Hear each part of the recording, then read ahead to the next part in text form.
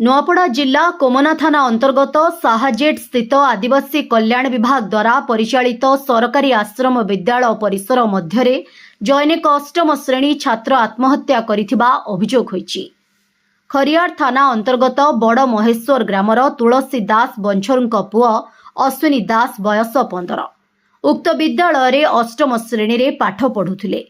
संपृक्त छात्र जनक पछुआ वर्गर होइथिबा बेले उक्त विद्यालय रे सहकारी शिक्षक भावे कार्यरत जगदीश नाक संपर्कीय भणजा होइथिबा हेतु आदिवासी हरिजन वर्गर छात्रंक पई उद्दिष्ट छात्रावास रे रहिबाकू कौनसी प्रकारे समर्थ होइथिले। सहपाठी अंतेवासी मानक कहिबा अनुसारे सेमाने एकाठी छात्रावास रे रहुथिले ओ गत रातिरे कंदाकंदी करुथिले। से काहींकी कांदुछंती बोली सहपाठी माने पचारिथिले मध्य कौनसी कारण कहि नथिले।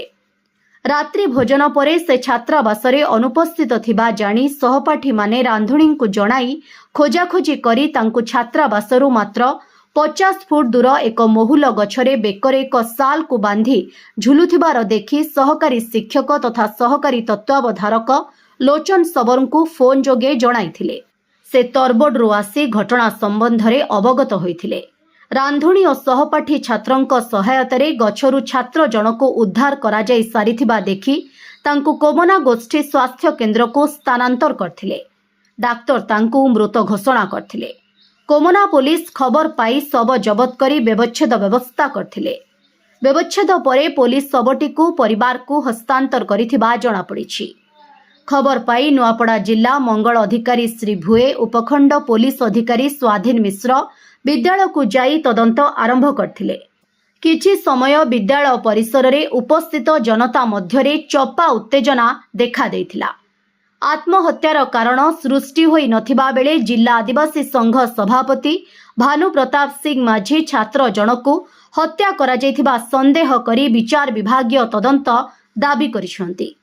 घटना को नहीं साधारण रे चपा उत्तेजना लक्ष्य करा जाइथिबा बेले उत्त्यक्त जनता आत्महत्या पाई शिक्षक मानंकु संपूर्ण भावे दायी करी स्कूल रो समस्त कर्मचारी को तुरंत बदली पाई दाबी करथिले। बेनियम भावे पछुआ वर्गर छात्रंकु छात्रावास रे रखा जाइथिबारु ओ कर्तव्य रे अवहेला कारणरू शिक्षक जगदीश नाग समेत छात्रावासर तत्वावधारक सहकारी तत्वावधारकंक विरुद्ध रे दृढ़ कार्यानुष्ठान ग्रहण कराजिबाकू साधारण रे दाबी हेउची।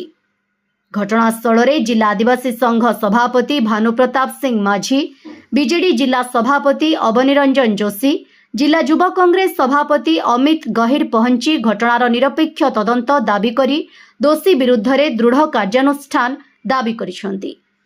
जिला मंगल अधिकारी तदंत चलाइछि ओ तदंत सरिले प्रकृत घटना जणा पड़िबो बोली निज प्रतिक्रिया रे प्रकाश करिसंती।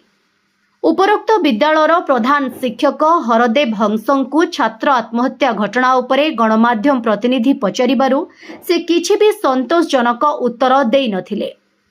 सूचना योग्य जे गत वर्ष मध्य स्कूल कर्तृपक्षंक अवहेलारू रोगग्रस्त जैनिका छात्री मृत्यु मुखरे पड़िथिबा बेले एही घटनारे तत्कालीन महिला वार्डेन को चाकरीरू बहिष्कार करा जायथिला ओ अद्यावधु एही पदवी पूरण होई नथिबा जनसाधारण प्रकाश करिसंती।